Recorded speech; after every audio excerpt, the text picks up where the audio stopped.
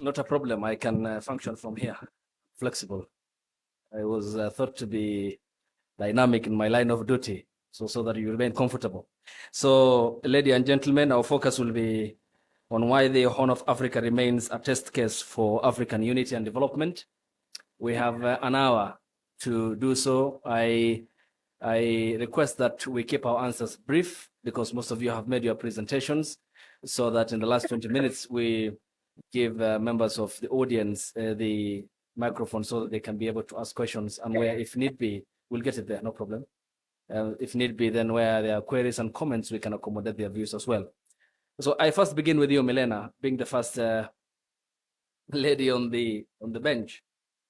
I mean, it's from the presentations that you have had, what are the driving factors and the elements in the Horn of Africa region that are largely, in your view, impeding the case of unity and development in this part of the continent and by extension, the African continent at large? All right. Good afternoon, everyone. I hope we're not too sleepy after lunch.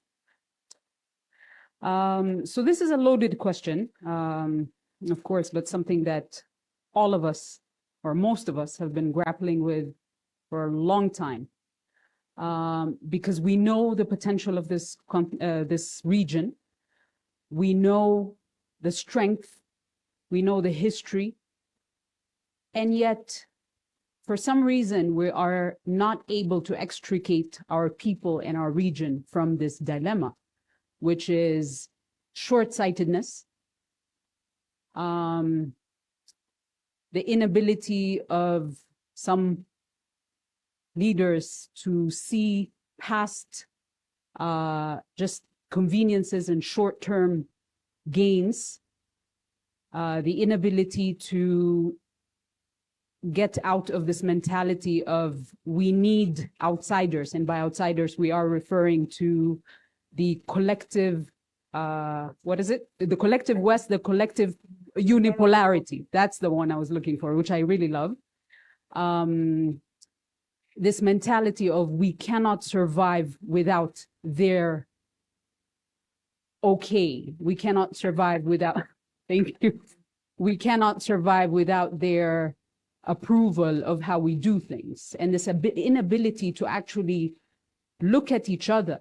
Ethiopia look at Eritrea, Eritrea look at Somalia, Somalia look at Kenya, or this entire region, look at each other, learn from each other's histories, appreciate each other's struggles, not undermine our aspirations, and move forward by learning from history instead of repeating history over and over again, and repeating mistakes. Someone said earlier, 2018 really gave us hope, at least for the people of Eritrea, the ones that, as you all know, for the longest time have been hungry for peace and stability, and been hungry for just this right to exist without being demonized and being referred to as the spoilers of this region, fighting this narrative over and over and over again.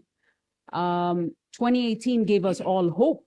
And as most of the speakers earlier said, we all believed in this change that was coming. Unfortunately, history repeated itself. And so all of that potential for unity and peaceful coexistence and just integration, not political integration. And we're all, our own individual countries, and we all respect territorial integrity, but integration in terms of complementarity of needs, complementarity of resources, sharing of resources peacefully, all of that was pretty much thrown down the drain with a short-sighted attitude, unfortunately, that for various reasons, which we all know, betrayed the Horn of Africa. So this, again, betrays unity and this potential for development. And this is sad. Okay, thank you. 3 key pointers: visionary leadership, seeking the tacit consent of the West and unipolarity, and then you talked about the question of short-sightedness. And Adam, in that order, given what Milena had mentioned, there's that leadership there. I mean, in spite of the occupants of the offices in that manner, is it capacitated to the extent of dealing with the issues that continue to derail the unity and development of the Horn of Africa region? Thank you very much. I pretty much agree with most of what my colleague here said, especially the respect for the sovereignty of the nations. How can we talk of unity when we have leaders who just look at you, how much powerful you are, and then want something that belongs to you, and that we just ignore all norms, international norms, and insist on taking it? How can you talk about unity when you have a national security advisor who openly boasts of saying, those who are crying, just remind them that they were crying like this when we were doing the damn thing, and they will still be crying when we take your seat. I mean, what kind of unity would come of that? So unity will just be a lip thing, and we can all see that. We can all see that. If the leaders of the Horn start behaving, some of the leaders, let me say, behaving like children in primary schools, I took your pen and I will take it tomorrow, even if you cry. If we stop that, then we can talk of unity, because we're talking about war now, which is unnecessary, We would not be in this situation. If it's access to the sea, there are many ways to get it, many ways. In fact, they even have, some deals to have access to Berbera or, some percentage or whatever. But what we're talking about is not access to the sea. It's annexing a London sea. And when you have that, and when you have lookers on from the other African states looking at this, and then it takes place, they might think of, okay, there is no world order. I need my neighbor's land, so all I need to do is just build up my military and go and get it. That is the kind of precedence that we are creating. So unless we do something about that, and unless leaders like that come back to their senses and respect the rule of law, we will not have a unity, I see. Thank you. Dr. Tahir, coming to you. The series of events ever since 2021 October, when the ICJ dispensed with the maritime issue between Kenya and Somalia. 3 years later, before that, Abiy came to power against the backdrop of hopes that he created in Ethiopia, implemented the Algiers Agreement, created the taunt with Eritrea. Now there's the case of the 1st January MOU with Somaliland. There's the Kenya midwifing of the conflict in Ethiopia through former President Uhuru Kenyatta. I mean, all this appears to be on a table and in a region that is so turbulent and vulnerable. But is there the buffer and the chest required to withstand this? And is the leadership capacitated to that effect to weed out all these elements and problems that appear to be derailing the region's unity and development? Thank you. Before I answer the question, I wanted to go through a couple of things. The first is just a disclaimer, since my name is mentioned. Leaders represent institutions, and what we were discussing were not normal leaders, but people who are holding offices, who are sitting in offices. So in that regard, when we were talking about neutrality, we're discussing their behavior. Their behavior is like the institutional behaviors and policies that are implemented. So in that regard, if I make a mention to either Musabihi or Abiy Ahmed, it is nothing personal. It's just the institutions they represent, and we are discussing them within that framework of institutionalism. The second thing is that I made it very clear when I was making the remarks that this is personal, and I made it very well known in advance before I came that I will be speaking as a person, not as an academic, not as a representative of an institution. So I thought that was expected. And that is how I made the. And lastly, the MOU was just signed a few days ago. So you could not possibly expect somebody to, come up with an academic paper within 3 days. So all of that said, with regards to the question, the whole rationale of Ethiopia going into conflict over the access to the sea issue is that it wants to participate, to partake in the stability of the region, especially in light of the Houthi attacks, in light of the fact that the sea is increasingly becoming highly volatile to security issues. So if Ethiopia's rationale for wanting to get a piece of the sea is based on the idea of contributing to regional security, what it is doing is counterproductive to that. Given the fact that, when you go into conflict with a neighboring country over a sea, you create all sorts of problems just by the simple fact that a war could erupt between the two countries. So all of these things, Ethiopia is doing is counterproductive to the regional stability. Again, which is characterized by a whole lot of complexity, whether that is social, whether it's political, whether it's security. And of course, Kenya is trying its best in, as you said, midwifing some sort of a peace in Ethiopia. But you cannot possibly do that when you have a leader who is kind of gambling on peace, who is kind of threatening almost everybody in the region. Eritrea is at a risk because it has a sea. Djibouti is at risk because it has a sea. And Somalia is at a risk. You cannot have a piece of a land or a sea by force.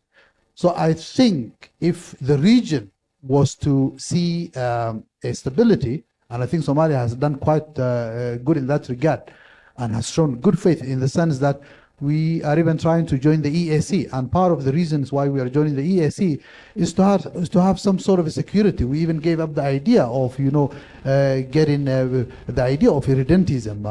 So there are Somalis here, and we accept it, and we still very much accept Somalis in here to be part of Kenya. So we have done quite a lot as the Somali people and the Somali state to contribute to stability in this region, and we need reciprocity from the region, including the Kenyan state. Okay, thank you. Sheikh Bashir, coming to you. So for to his benefit, yeah, he will be responding in Somali. So I advise that you use your gadgets for translation purposes. The network is strong on this side, so we Kenyans say, "Unahamia penye network iko." So you can, they are empty, yeah, they are empty seats, so that you can come this side. For those who will be at a point of disadvantage on this side, you might have issues with the translation, but you can. Yes, you okay? Okay, thank you. Sheikh Bashir, coming to you. Talk to us then about the big man syndrome that Dr. Tahir talked about with regards to as much as there are efforts to bring unity in the Horn of Africa region, how then can that be achieved with the presence of leaders like, as mentioned by Dr. Tahir, Abdi, Prime Minister of Ethiopia, who seem to be antagonizing every party in the region? Alhamdulillah, بعد horta saddex arrimood inaan isla garanno way fiican tahay. Kow, geeska Afrikaan ka hadlayno waa geeska Afrika weeyaan. Marka qaar way dhacayaan Soomaaliya ka hadlayaan oo quraat, laakiin waa dhex qaar. Geeska Afrika marka iminka oo loo ere bixinayo waxaa la dhahaa waa saddex nooc. geeska Afrika gaaban Soomaaliya oo quraat. marka la qaato المفهوم الضيق waxa mafhuumka ciirsan ingiriisku waa geeski waa Soomaaliya quraat. hatta Djibouti iyo Eritrea lama soo gasho.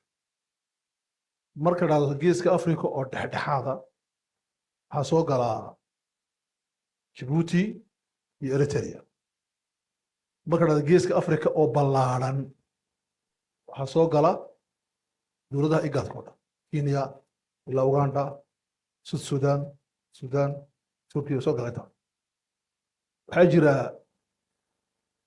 mid ay sameeyeen mukhaabaraadka Faransiisku oo geeska Afrika ee aadka u ballaaran waxay soo geliyeen Yemen Sacuudiga iyo Cumaan daanta kale badda cas iyagoo ka dhaqaaqaya inay waddamadani ista'siiriyaan waqtigii François Mitterrand oo madaxweynaha ka ahaa dalka Faransiiska geeska Afrika waa mandiqada ballaaran oo geopolitik bay leedahay dhinaca dhaqaalaha ay leedahay dhinaca culture-ka ay leedahay aniga markaa waxaan jecelahay intaan ka jawaabin su-aasha midda labaad geeska Afrika wuxuu leeyahay waxyaalo aan isbedelin wax kastoo dhaca siyaasad kastii madaxweyne kastoo yimaada ku wareersan ku degan ku oday ah waxyaalaha isbedelin baa jira geeska Afrika waxaa ka mid ah juqraafiga geeska Afrika saas u baahanaya juqraafiga lama abuuri doono Ethiopia halkan bay deganaan Soomaaliya halkan bay deganaan Djibouti halkan Eritrea halkan Sudan halkan Kenya laba waxyaalahan isbedelin waxaa ka mid ah historika dadkan taariikh bay leeyihiin hubiyad bay leeyihiin dhaqanay leeyihiin si fudud uma bedelayaan saddex waxyaalahan isbedelin waxaa ka mid ah culture-ka afar waxaa ka mid ah waxyaalahan isbedelin dadka bini'aadamku isma bedelayaan Soomaali way jiri Kenyaanku dadka maaragtay kala duwan reer Kenya way jirayaan dadka kala duwan Ethiopia way jirayaan dukaanku waa jirayaan waxyaalaha isbedelan waxaa ka mid ah siyaasaadka politicalka isbedela lidaalika Britoland ka hadli doonaa Ethiopia isbedelada ku dhacay iyo sida ay u ta'siirinayso geeska Afrika markaasi iyo influence-ka ku lahayd waxa isbedelo waxaa ka mid ah siyaasaadka waxaa kaloo ka mid ah waxyaalaha isbedelaan kubaca dhaqaalaha isbedela amba burburka dhaqaalaha waxaa isbedelo kaleeto aqoonta isbedesha akhlaaqdan oo isbedesha dabeecadaha dadku isbedelaan dabeecadaha bini'aadamka qiyamka waxay dadku horreysiyaan dambeysiyaan way isbedelaan waxaa maxaa isku xidha marka waxa isbedelaya iyo waxaan isbedelayn maxaa isku xidha waxaa isku xidha caqliga istaraatiijiga isku xidha maskax istaraatiijiga waa inay taasaa isku xidha okay intaas markaan ka imaado su'aal buu iga horeysa cajiib ahayd waxaa isbedelka yaa sameeya madaxda ma isbedel baan ka filaynaa anigu waxyaalada aan dhaafay waxaa ka mid ah haddeeta madaxay ku jireen inay madaxdu isbedelaan madaxdu hadday helaan dad nool way noolaadaan hadday doqmo helaan doqmay noqdaan madaxdu dadkay la shaqeeyaan dad soo jeeda sheekh ii dhigi jiray fiqiga ayaa yidhi ka waran hadduu madaxweyne amba ra-iisul wasaare wareersan hadduu qabsado ingiriiska general hadduu ingiriiska qabsado nin general afgebi hadduu sameeyo oo ingiriiska qabsado maxaa dhacaya ma garanay waxa dhacaya wuxuu yidhi dadka ingiriisku xafiisyada ma fadhiyaan jidadkay fadhiisanayaan war meesha dhaaf kuma dhegaysayno markaa nin ku fikirayo maba jiro inuu ingiriiska madaxa ka qabsado waa la soo dhaafay inta anaku doqmaha nahay inaan ka fikirin inay madax fiican noo noqoto taahan dhaafno shacbiga taqyiirku ka yimaadaa iyagu markay isbedelaan iyagaa keenaya walidaalika waxaa jira kelmad taariikhdeena ku dhacda kama takunu yuwalla amra marka sidaa tihiin bay madaxdiinu noqonayaan sidaa nahay unbay madaxdiinu yahay okay si waxaa jira maqaal aan qoray habeen waxaan jecelahay inaan ila wadaago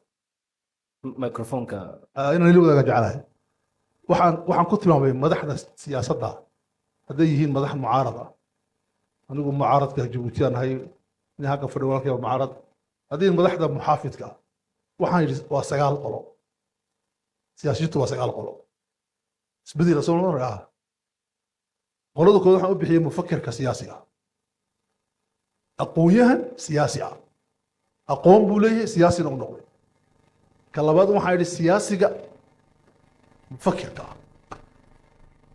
siyaasiga aqoonyahan way kala duwan yihiin inaad horka aqoonyahan tahay oo siyaasi tahay waxa laga yaabaa inaad siyaasadda ma gelaysid laakiin aqoon waad ka hadlaysaa laakiin ninka siyaasiga aqoonyahaankii siyaasaddii aqoontii wada wadaya saddex waxaa yidhi waxaa jira siyaasi populism shacbiya dadka kiciya sida Trump oo kale kacay caddaankiyo dhulkii waa la qaatay soomaaliyay kacay waa dhala kiciyey rihibilow kacay intaaba ku shaqaystaa waa shacbo wey waa popularity dadku kiciyaa bis amba waa marka qaarkood waa midig marka qaarkood waa qabiilisti marka qaarkood diin buu dadku ku kiciyaa bas uu ku kiciyaa un dadka isagoo wadan waa shacbo dha kuwa waa iminka adduunka haysta kuwa axmed kani aad sheegaysiin laga cabaaday ta waa qolada afraad waxaa dhahdaa siyaasiga mikaviiliga siyaasiga dantiisa dadka markuu dadku ay wadaad noqdaan wadaad buu yahay marka dadku waral noqdaan waral uu yahay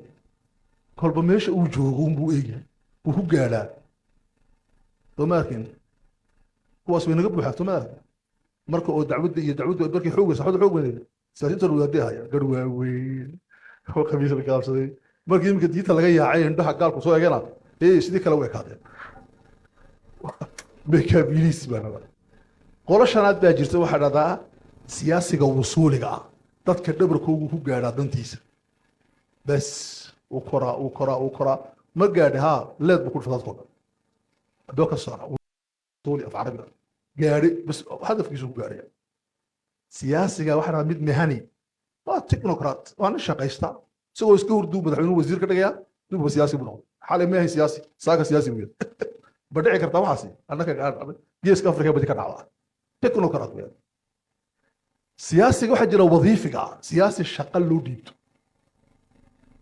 shaqa loo dhiibtaa wuxuu eegaa un maaragtay meesha shaqadii loo dhiibtay ay taalo shaqada ka qabtaa waa wadiifi ka ugu dambeeya ka sagaalaad waxa weeyaan siyaasi shaaqiya waa addoon berigi waxaa iga sheekeeyey si ninka nala joogo saaxiibka daahir berigii afka faransiiska jabuuti shirka baarlamaanka uu ku galaa mugti marka waxa gacanta la taagayo dad ma yaqaan afka faransiiska wuxuu koofiyaddeeda la socda haddaan dhaka u wiciyo gacanta taaga haddaan dhaka u wiciyana gacanta taagina bas aniga koofiyaddeeda eegto marka foodka la qaadayo haye ka warrama wadaadkii koofiyaddu dhaka u dhigaa marka siyaasiga waxaa dhahda waa khaadim waa siyaasiyiinta iminka afrika geeskan afrika joogto dhan habeen qura hadday caddaanku nacaan ma joogayaan dadka waa naloo dhadhiga meesha waxaa dhahdaa jeedasheeg maxaa dhahda afka ingiriishka maxaa dhahdaa daahir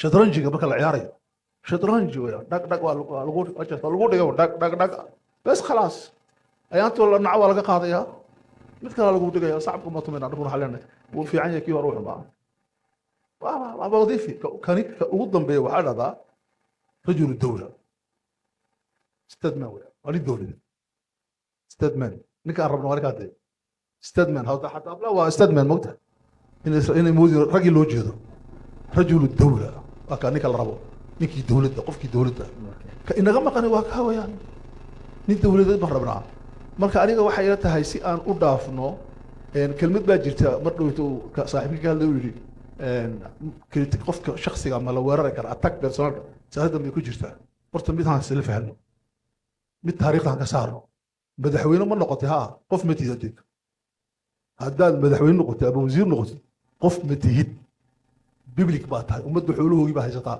ma in lagu salaxaan rabta markaa adoo xooli ummadda xagga damba dhigtay yaan ku dhahnaa madaxweynuhu fiican yahay laakiinse bar odhanaa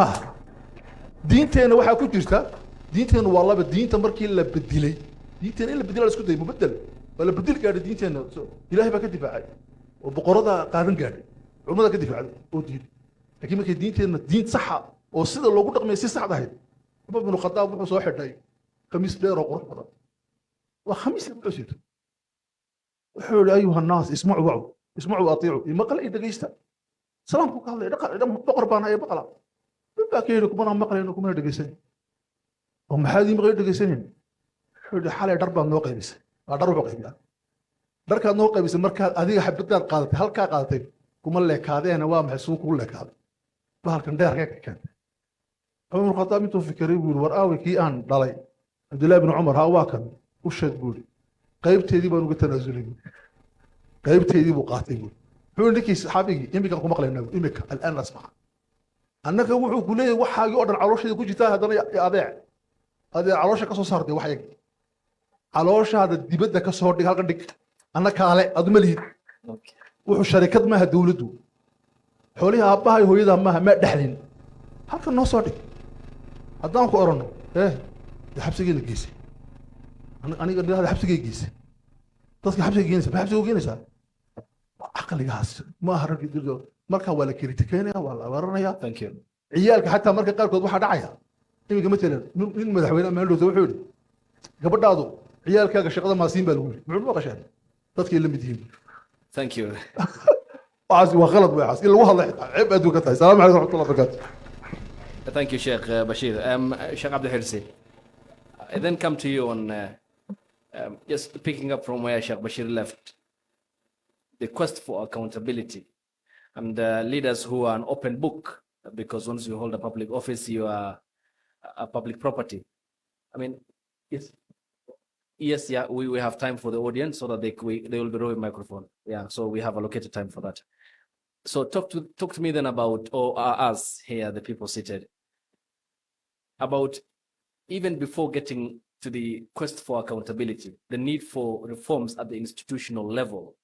And is that desire there from the visionary leadership that Sheikh Bashir said we ought to be having across the entire continent? Bismillah, alhamdulillah. Salatu salam ala rasulullah ba'd. Thank you for the question. It's a loaded question.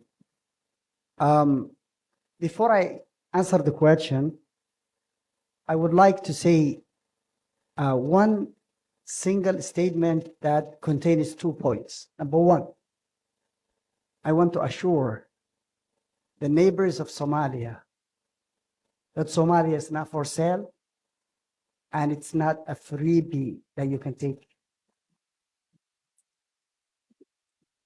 2, Somalia is not and will never be weak up to a level that you can think and daydream that you can annex portion of Somalia.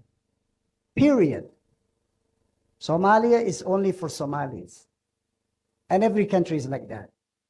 And because of what's going on today, we might as well engage the Somali region in Ethiopia, and we may as well ignite the fire that is blazed by the leaders, unstable leaders in the Horn. In terms of accountability, and by the way, thank you very much, Sheikh Abdirahman. You saved my butt. I am one of those people that criticize straightforward the leaders of our people. When you are a leader, you are accountable to the people. If you don't want to be accountable to the people, please go home.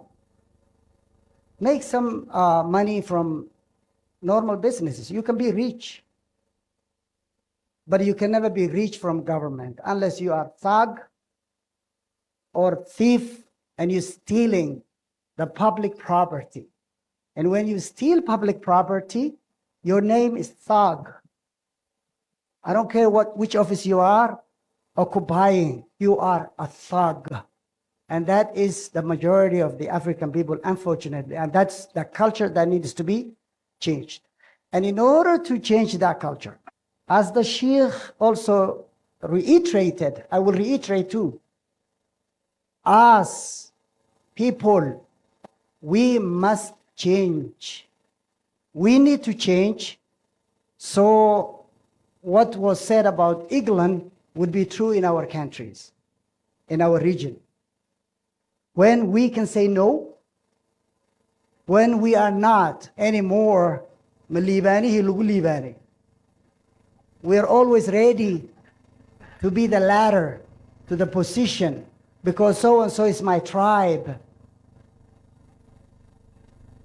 What is your tribe is going to do for you? Is he going to share the wealth that he's stealing with you? Wallahi, if you die for his sake, he will not visit your home. Wallahi, if you get injured and you're paralyzed because of him, for his sake, he's not going to give you treatment. How many times do I pay qaran for someone who was injured by a politician and left while injured, untreated, uncured, unmedicated, unsupported. How many times? So we need to wake up as Somalis, as Africans. I think Africans need to, as the Sheikh said earlier, to understand what's called governance and government. Government is not your business. If you are the president, you cannot make money from the office. You cannot sell off the public properties. You cannot do this. And if you do that, I, and I mean it, I will say it. Whether you like it or not, I will say it. And there is no limit for me. And that's what I am known. Many people criticize me, and whenever I see I'm criticized, I feel happy. You think wallah, I feel happy. I understand and realize that I'm doing something. When you are criticized, you are doing something right. If you are, I can be a normal person, I can hide, I can be silent, I can be quiet, and nothing will happen to me. Sometimes my security is being threatened. Why? Because I book some places that are very sensitive. So in order to take them accountable, we need to take ourselves accountable first. Thank you. We have to become people, so the leaders see that they are in charge of people, not animal, not sheep. We're not sheep. We should not act like sheep. So it's not their property. They should not sell it. They should not steal it. Nepotism is disgusting. All right? Your children are like the other people. That's true. But when they go through the normal process and the normal course, and they apply the job with other people, and they become the best, and hired by not you, but other people. Thank you. Human resources. I studied business, and part of the business management is what? Human resources management. Those people are absolutely impartial. They don't care if you are the son or daughter of the president. And what happened to our president in the last trip to, I said I can say words and don't take it personal. If you take it personal, it's up to you. I don't really care. I don't. Wallah, I don't. So when he went to America, he sat with Blinken. And in the middle of discussion, he voluntarily introduced people with him as some of his kids. And Blinken flipped on him and he said, this is classified information that should not be accessed by your own family members. And what happened? He got angry at the ambassador, and he said, why didn't you introduce them before? He said, no, I shouldn't. I don't work for you and your family. I work for Somalia. And he's going to be fired soon. But I say, great job to the ambassador. This is disgusting. Your children should stay home. And your wives should not see the ministers, the ambassadors of foreign governments. This is not governance. This is a business property. This is, enterprise, a small enterprise that's yours. Come on, man. Thank you. So we need to, Yes. and by saying these words publicly, I mean to take him accountable as you asked it for. Thank you. Thank you. Much appreciated. We have one more round of questions, then we can open up the floor. Just be patient. Yeah. One more round of questions, then we can get to the questions. Milena, and I begin with you on this. We talked about, by extension, the role of the West and the global powers, interference to that extent, the visionary leadership that is lacking at the moment. But how much do we then have to do in terms of self-reflection to address issues that are even deeper? Corruption, misgovernance, the question of nepotism, embezzlement of funds to a degree that is unimaginable. What do we need to do for soul searching to grow this region to the height of prosperity? Because the resources are there, the manpower is there, you have a young population, but there seems to be a vacuum at some point. How much of soul searching do we need to do? On this issue of capital flight and losing our resources, I'll speak more tomorrow, but I think to answer it indirectly, I guess, the only way we can solve a lot of these questions in terms of nepotism, corruption, and all that stuff is to actually go back and ask, what is it that we aspire for? What is our development objectives? Who is defining right now our development objectives? Who is defining our vision for us?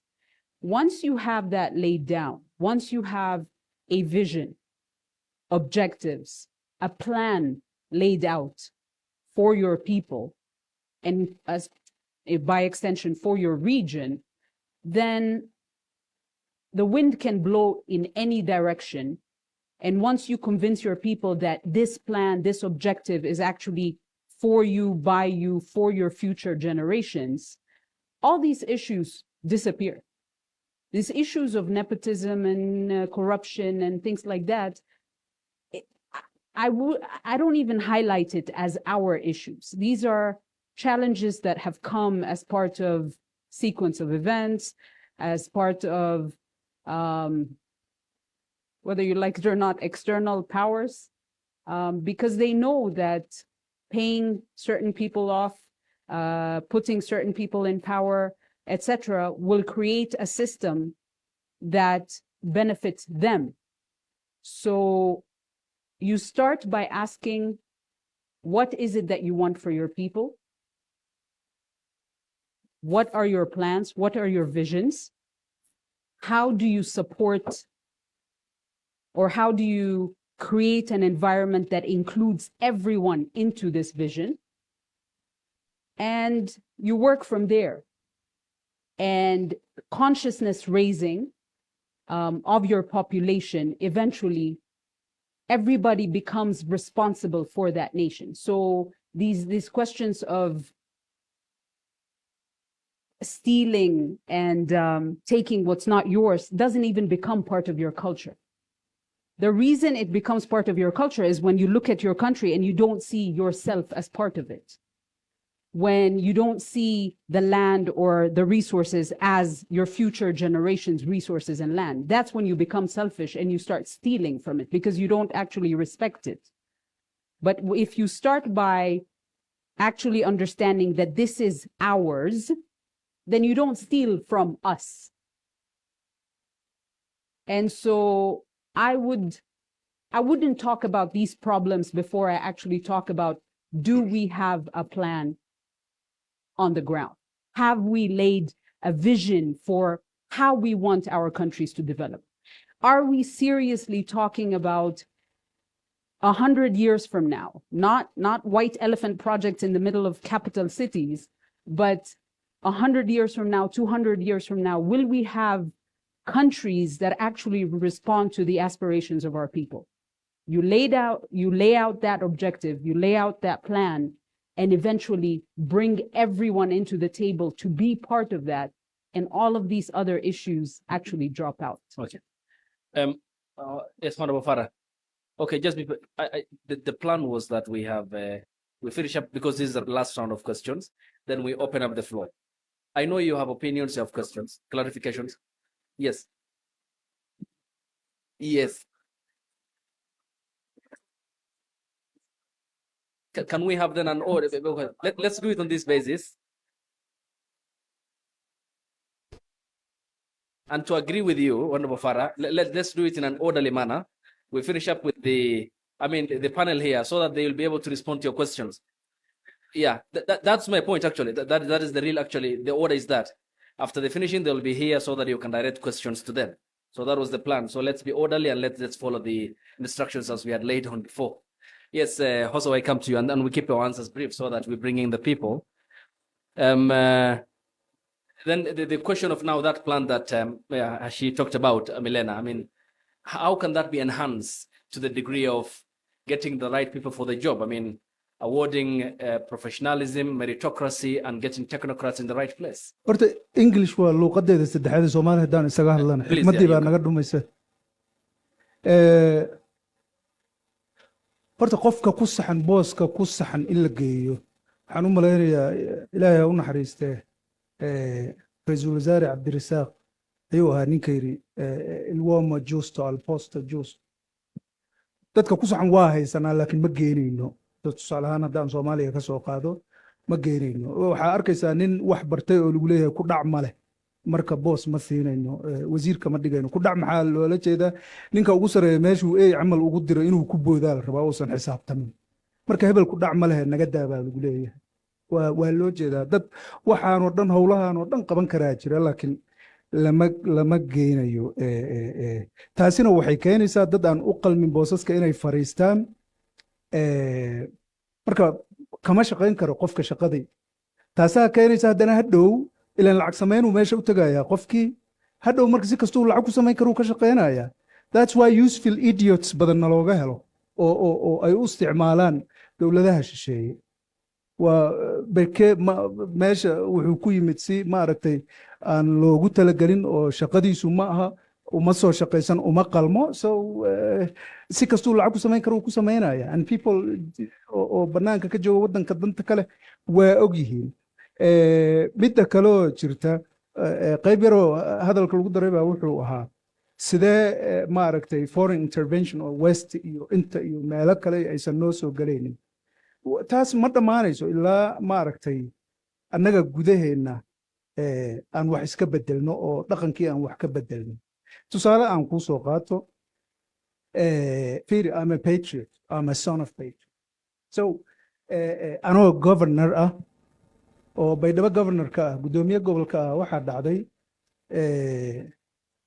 shir baan muqdisho u soo aaday markaan soo laabtay waxaan u imid ku-xigeenkaygii iyo dadkii kale oo generaalkii etoobiyaanka markaas meesha joogay uu u khudbaynayo I'm sorry to say this uu leeyahay digli mirfle annaga walaalaa nahay digli mirfle hawiyaan ka celinay digli mirfle daarood baan maaragtay markay la dirirayeen lacag siinay ka celinay digli mirfle annaga sidaasaan isku nahay digli mirfle aniga wixii waa qaadi waayey marka waxaan ku iri sorry to say this qofkii dhibsanaa ha dhibsado laakiin waxaan ku iri markaan hadlayna tigree aad baan u caawinay isagaa tigree ahaa annaga tigree baasbooraan siinay tigree sidaasaan yeelnay markaan meeshaas marinayuu yiri tigree ha dhihin dowladda etoobiya dheh markaasaan ku iri adiga maxaa dowladda soomaaliya u dhihi weyso digli mirfle u lahayd meeqaa sidaas dhihi karta oo soomaali ah gabre ninka la dhihi jira waa taqaanaan oo wallaahi anigu iigu hanjabay xilma hayn doontid haddaad sidaa uga soo horjeedid sida hawsha aan ku wadno meeqa soomaaliya sidaa samayn karta marka waxaan uga jeedaa qofka the right people markay the right place tagaan ayay dowladduna isbedeli kartaa kow tan kale oon ku soo koobayo anigu warkayga ma badnee waxaa waaye sidee unity iyo maaragtay foreign intervention iyo uga baaqan karnaa waxaan uga baaqan karnaa strong Somalia Soomaaliyo strong ah ayaan uga baaqanayna markay waxa la iska daynayaa waxaan maalin walba dawlad ay ku soo boodayso annaga iska leh ay leedahay waxa lagu leeyahay ha laga hadlo unity sidee uga hadlaysaa unity 200 maaragtay 2 qarniba dhulkayga la qaybsanaya oo la leeyahay 1884 ka soo bilow 1954 kii ku soo xiji now waxa laga hadlayaa waa un Soomaaliya la qaybsanaya mar dad kale la qaybsado oo Afrika oo dhan qayb ka ahaato mar waxeedii dad kale la siiyo hadda dadkii la siiyay kuwa kale ha u soo baahdaan waxaan laga hadlayaa waxaygii oo la qaybinayo sidee uga hadlaa unity marka every day waxayga la qaybsanayo Okay, thank you. I'll come to you, Dr. Tahir. So, take 3. Yeah. Your name, organization, whether it's question, comments, query, then we'll come to Dr. Tahir, Sheikh Bashir, and Sheikh Hersy. My name is Ahmed Hashi. I'm associated with this organization called the AfroAsia Institute, and I'm a politician in this country. I would like to speak first in Somali to those who were speaking in Somali. And, hadalkeeni waa inuu tayo leeyahay waa inuu sarbeeb leeyahay qamaan bulxan baa wuxuu yidhi hadday dabeecdo waa u hiilisa doqon walaalkeeda marka waxaa idinka codsanayaa halkan waxaan u joognaa the AfroAsia Institute for Strategic Studies. So we have to be strategic and intellectual in our discussion. Otherwise, we're going to lose our way here today. I have a comment and a question. I notice that the discussions are centered around a very right-wing nationalist sentiment. And we know the costs of this discourse and these narratives.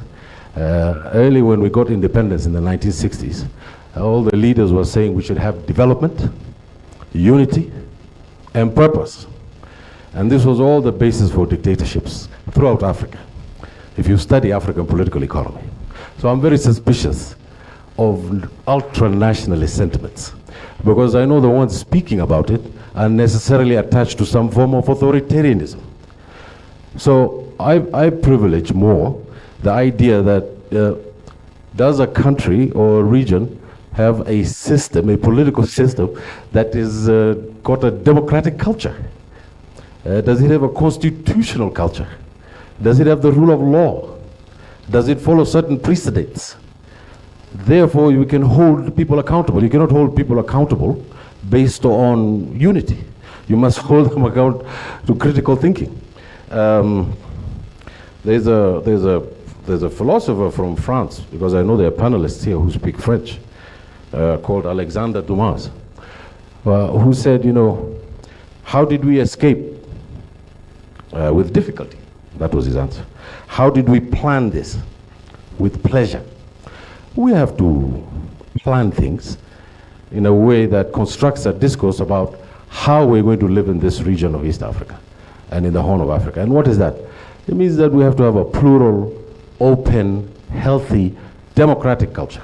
And if we turn away from that, we're going to move into authoritarianism, which is going to bring back the vicious cycle. So I plead with all of us here that we are now in the 21st century, and we have all these young people here. We should move the discourse into that direction. Thank you very much. السلام عليكم. إن رأى هذا ما تنوع على قبلها ما هذلين لكن هذا حقا وقصبنا هنا وحشة. إذا رأى هذا الصومالي ينكو هذا. إن ما أنت نوع دقيسنا شيخ حرسي نمتوبك في عنو كهرلي إن شيخ عبدالرحمن سيدو كلي. أفرتينه. إن وحيابها إيميلها تابتين وصح. عذر كنا هايو مدة ووايو حدانا لا تلمامين وحياي. أنا قلنا وأقنا هاي وسيدا شكتي عذر كستوم كيسان مغضى. إن مركي وحلا تابتنا. وحاول أكسن سياسة دا رجين كمركي لغا هاللايو Somali waxa haysa laga hadlayo waa waxa jira inaan sheegna si aan daawo u helno Sheikh Hersy hadalkiisa wixii dhabta ah ee aan u jeedno ee saxda ah ee cudurka nahay kamid ah uu ka hadlay Sheikh Abdirahman sidoo kale markii cudurkii la tilmaamo ma aha in loo fahmo in qof la aadayo markan anaga nepotism aan ka hadalno waa wax xaqiiq ah aan la noolay Soomaali hadaan nahay ee daawo u baahan dawladnimada shakhsi ma aha cid ma laha haddii la tilmaamo looma baahna in loo awood lawyer loo noqdo la difaaco haddaan quranka anaga nadilaayay cudurkii anaga guri la'aantana dhigay waxana qaxiyay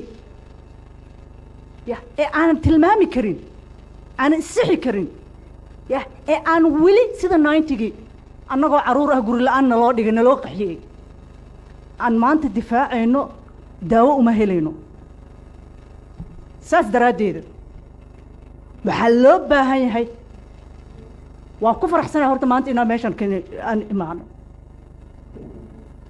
markii la sheegay la soo casumay anoo miitina leh qaarkood waan soo baajiyay diyaaradan soo qaato waan imid sababtoo waxaa la rabay intaa qofooda inta isugu imaanayso intellectualka soomaalida ah ee doodaysay hadlayso inaan dhegaysto mowqifkooda wuxuu yahay gaar ahaan raggeenna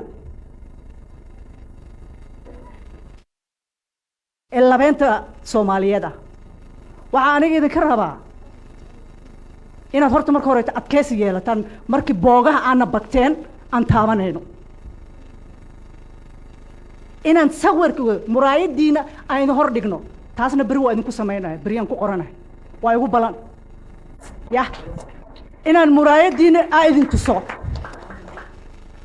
adkaysiga aan annaga haweenkeenna caruurta annaga ahayn ee aan 30 sano soo yeelanay waa inaad yeelataan markaan hal maalin la wada joogo saas daraaddeeda fadlan aan si cad u hadalno si xal loo helo markaan aniga madaxweynahayga aan karbaashayo qaladkiisa aan sheegayo ma aha inaad aniga iga xigto waan karbaashayaa waan sheegayaa wuxuu ku qaldan yahay wuxuu ku saxan yahayna waan sheegaya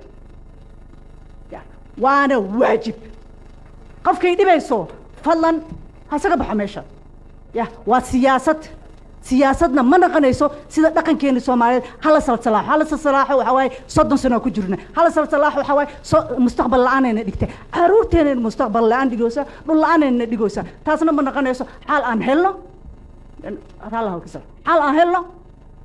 aan wada hadalno waxa qaldan aan isla aragno adoon cidna xiisay dalka waad leedahay anna waa leeyahay waa wada leenahay waxaan wada leenahay waa inaan ka wada hadalnaa si aan u sameysano adkaysana hal lahaado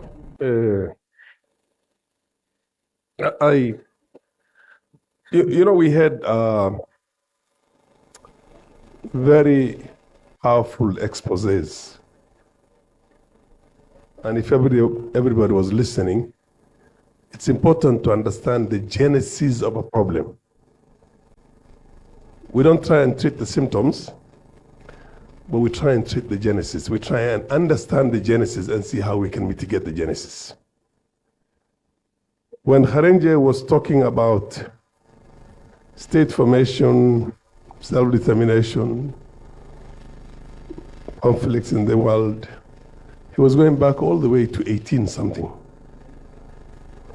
And the problems you have in Africa is not unique only to Africa. They were always there in the other world. They were there in Europe. They were there in the rest of the world. And we're not trying to reinvent the wheel again. The ills were the same.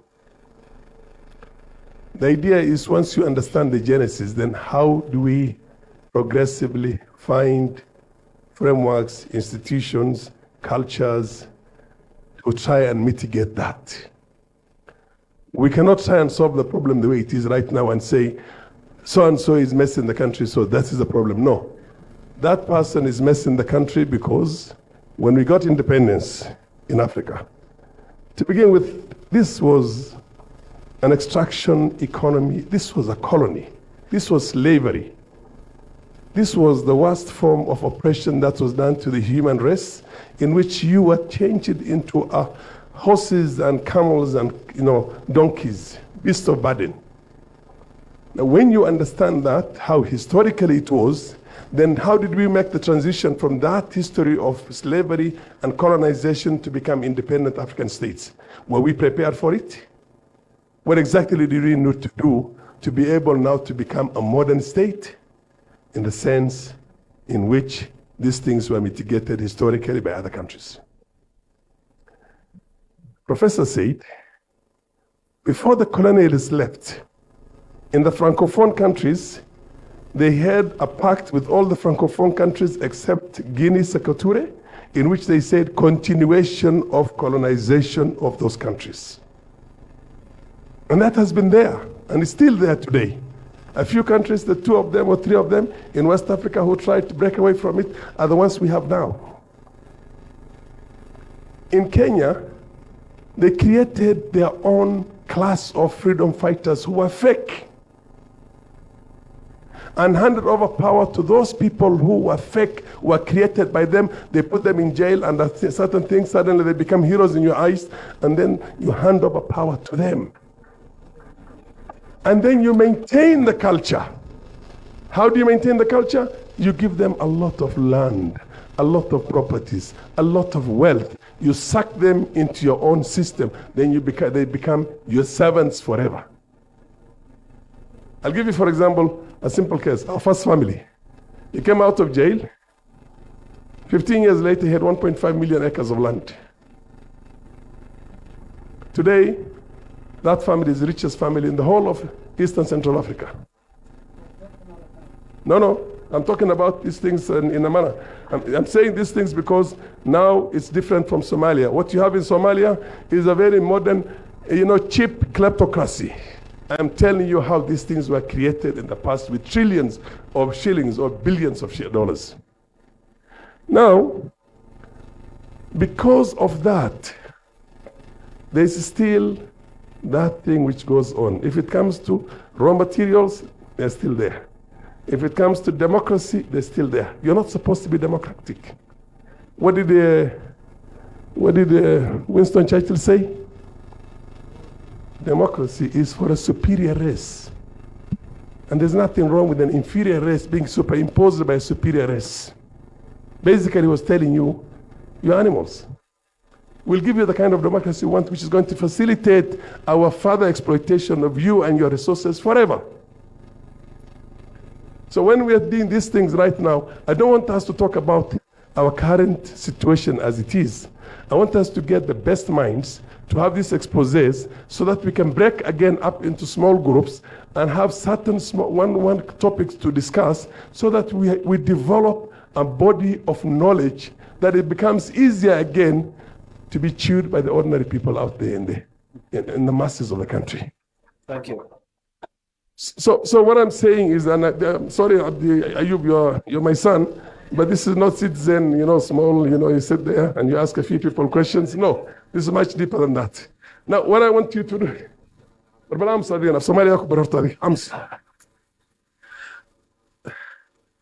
marka waxaan leeyahay waxaa waaye cudurradii dhibaatada maanta aan qabno waa wax naloogu talagalay inuu qofka uu lacagta xado inuu dhul u qabsado inuu caruurtiisa iyo walaalihii soo dhawaysto waa naloogu talagalay waa dhaqanka ay ka shaqeeyeen dadkii kuwa adeeganayay waxaan u baahannahay marka inaan fahamno horta meeshay ka imaatay markaan fahamno aan dhahna seen oga baxnaa sida looga baxayna waxaa weeyaan حسابتن بأوبانتا عقلي حكمة بأوبانتا. All of you are intellectuals. All of you have gone to universities. All of you have got your degrees. At least the first degree. One a lot of.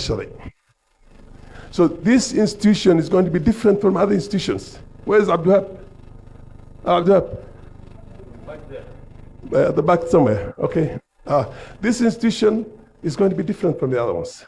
We're going to tackle with these things without personalizing. The reason why we don't want to personalize is that we don't want to break barriers. The best way to break barriers is just material, information, factual, put in the most brilliant way, building on all that history we have is what we're going to do. Marka waxaan rabaa hadda with you. I just wanted to ask Sheikh Abdirahman. Sheikh Abdirahman. Si baxthi oo kaamil ayaad adiga u tustay dhibaatooyinka Soomaalida ay qabaan. مثلا waxaad tustay Somalis have never risen into some kind of a statehood. Dawlad inaan nahay weli aan kuma aan fikirin matri. I'm talking about Somalia now. Ani Kenyan baan nahay.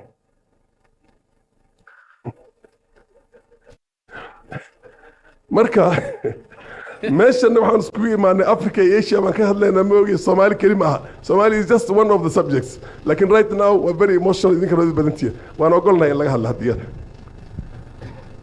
waxaan rabaa cudurradii adiga aad tilmaantay hadda daawooyinkooda sida loo heli lahaa inaad prescription na siiso daawooyinka waxaad tiri weligay kuma aan fikirin inaan strategy dheer oo dadkan oo dhanba ka shisheeyo oo 100 sano intaan ku fikirno aan noqono the movers and shakers of the thinking of the people. The way you think right now is independent. It's not your own independent way of thinking. You've been made to think like that. Niman Yahuud oo balaaye ya 100 sano ka shaqeeyeen la 100 sano hadda ka dambeeyay kuma malan bay rabaan whether we go to institutions or whatever it is We're thinking because they told us to think in such a fashion. I want you to break completely with that. dhibka hadda Soomaalida haysta maalan inaad tidhaahda cudurradanayto sidan aan ku dayna hala sameeyo maxay small discussion group oo dad bal hala eego daawo sidii loo heli lahaa wax kasta daawo laga heli lahaa Sheikh Hersy waan ogahay inaad aad iyo aad maaragtay adiga waliba gadaal baad ka soo gashay dagaalka anaga 30 sano ku jirno saa u weynayna bal waxoogaa adigana hadda xanaaq jooji gaabi in badan dhageyso magacna ha sheegin daawo loo baahan yahay hadda seen daawo u helna Thank you. Professor Macharia. You're done? I'm not done with Professor Macharia yet. I'm done with Kharenje. So far, 2 questions. Yeah. The other thing I want to tell Professor Macharia is that you've given a powerful disposition on the genesis of the problems that we have had. But you have never given us any inclination or what kind of mitigating factors or mitigating methods we can employ to see how we can treat those diseases. It's not just sufficient to describe how the disease developed itself and the stage which it has reached right now is terminal and just say that this is the situation we're in. This business of always going back into history and describing, these things, we need a prognosis. You have diagnosed the disease, give us a prognosis. Thank you. Thank you. So, and let it be interactive. All these people have ideas. Yes, so I'll allow the panelists to respond to those questions, then again we open up. Yeah. He was the last, so he will answer in that order. Not a problem. I'll direct the questions to them. So, Milena, Bereket, you wanted to comment on the ultra-nationalist aspect that was raised by Ahmed. The first question here, please. So this point about us not needing to be ultra-nationalist slightly bothers me because and then he skipped to, we need democratic culture, we need constitutional culture and all that stuff. Yes, we do. I agree. But before we even get to that point, can we actually honestly say, has this continent, has Africa been left alone for long enough for us to be truly, truly patriotic and truly nationalistic so that we can create systems and discuss systems that are actually good for us? Have we been left alone long enough? So if in 2024, we're still talking about these issues, it means that we have not been left long enough. And we have problems that are created because of A, B, C, D. So this need to be nationalist is actually extremely important for Africans. I'm sorry, but we need to be nationalists. We need to be Africanists. We need to be revolutionaries. We need to go back to our revolutionary history and to actually remember what it is that we fought for during colonialism and this and that. And what is it that the people that we betrayed, the Sankaras and the Cabrals and all these guys, what is it that they were talking about? Why were they cut short? What is it that what was the danger in what they were saying that was cut short? Like, what is it? What is it about Isaias Afwerki that's being demonized? Why? Why is it that after 7-8 years of peace, the West realized, this country is trouble. We need to do something about this country. Why? So we need to be nationalists, my friends. We need to be ultra-nationalists. We need to be Africanists. We need to be Somalis, Ethiopians, Eritreans, whatever we have to be before we actually start talking about democratic systems, constitutional systems, and all these great things that, you're right, eventually will come, but let's define them for ourselves. Let's first begin by loving our people, by loving our history, by loving our future children. And let's begin by actually respecting ourselves and reminding ourselves that we don't need external people to come and tell us, this is what your development should look like. This is what your democracy should look like. This is what your plan should look like. No. Let's start with us. Let's become nationalists. Yes, right wings or whatever it's called. Okay, hang on. So, Dr. Tahir, Please, because I want to also bring in Professor Mashari Munani and Dr. Khanenje. سؤال خاص بين هذه يا شيخ حرسي. So Dr. Tahir, please respond to the question by Halimo. The need for those in leadership space to develop the thick skin, because accountability awaits anyone who is in those positions. I mean, and she was forthright, very clear about, we don't care about your sub-club belonging. Deliver for us. If you can't, please go. The need for the thick skin. Is that imagination there in the mindset of leaders in the region?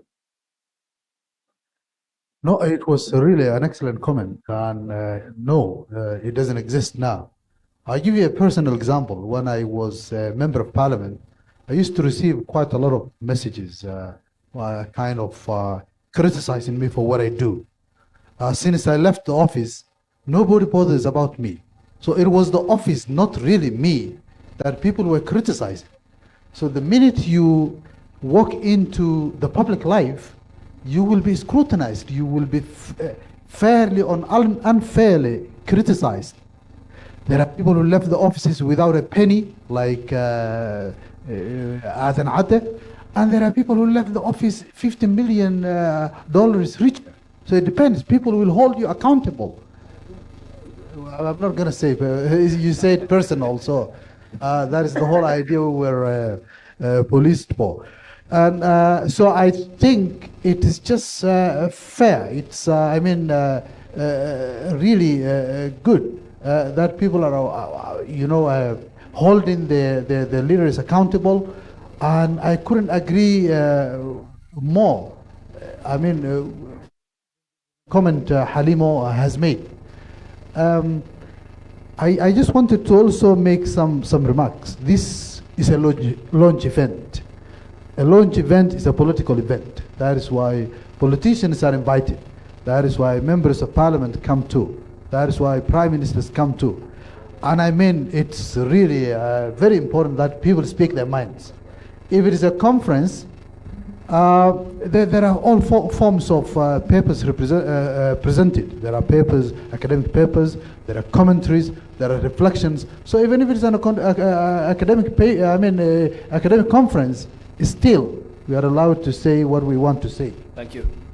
And this is the first event, the first place I've ever been to where board of directors, come and micromanage what is happening in an event. It's really very unusual. Board of directors' role is not to come and manage the organization.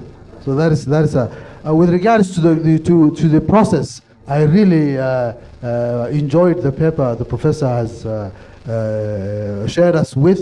It was talking about the processes and history of the problem we were having now. As the added dimension we added into these is the lived experience. We are not like the white academics we work with in the West, where for them it's just an academic exercise. Their countries fix it, then they are studying how other countries are. We are not a laboratory. For them it's a laboratory, for us it's a living experience. So we are at the same time are academics, and we are at the same time living this experience, and we are narrating and sharing the world with a different perspective than a white man coming all the way from Manchester would tell us about. And we are not shying away from that. Thank you. So probably we have time. I'll come to the rest of the other members of the audience. So allow us to exhaust the questions here, because there were specific questions.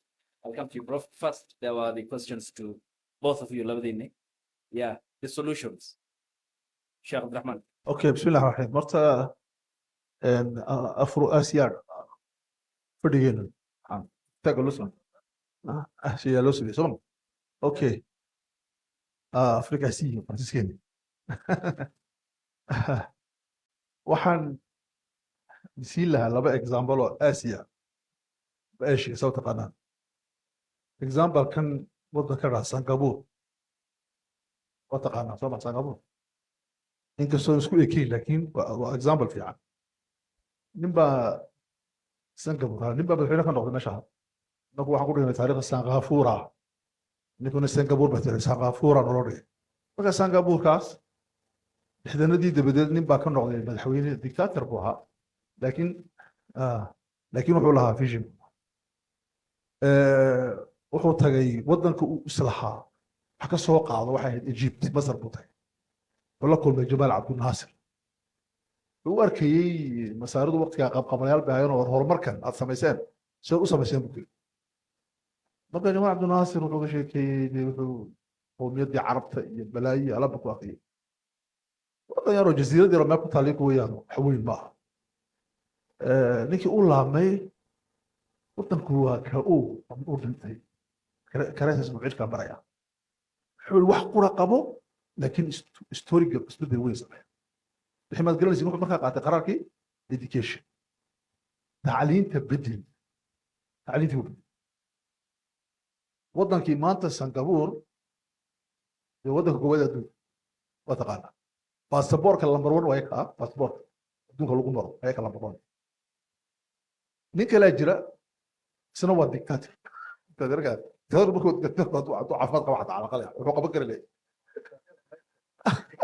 akli macquula yani wuxuu ahaa mahatir ninkii Malaysia xukumay Malaysia maxaa jira saddex waxa ku nool dad Malay oo muslimiin u badan boqolkiiba 60 China iyo Hindi boqolkiiba Ingiriis baa guumaystay culture-ka Ingiriiska leeyihiin systemka Ingiriiska samaysteen dawladooda boqoray leeyihiin goboladu afartii sano mid baa boqor noqda nidaamkuna waa barlamaani ra'iisul wasaare wadanka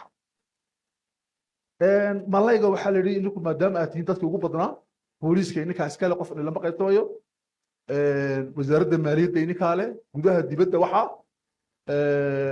labaru baatiin laakiin wixii sarfiisa waxaa le China iyo Hindi wadankii markaas uu noolaaday 30 sano isticmaalkii dabadii dadkii malayga gaaja dishay الآن بدي شو صدقني أفرط بيكون إنتان هم هيان شايفين العقبة يشين هدي العقبة يشين سانقور بيكون حريين وب نيجي ما تيجي دكتور بوها بوجي سوق الدكتور كيف سوى حري وتقول نيجي مركب درجة كده كل شقين هذه كل شقين وده كذا كل شقين حسبك يقول ترى حسبك يقول ترى وبركة بو إلي نيجي وصوف فكرة استراتيجية مسمية استراتيجية waxay ahayd wuxuu u bixiyay 20 labadii kun iyo 20 soo dhaafay nin bay sahlayaan halkan Mareykan ku dhigi jiray iskoolka oo dhahdo awal Ibrahim ibn Rawzara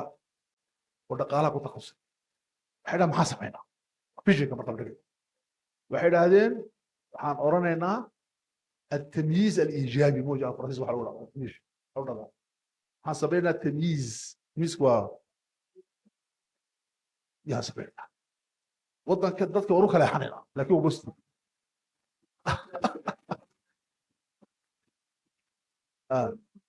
وان حنينا لكن هو بس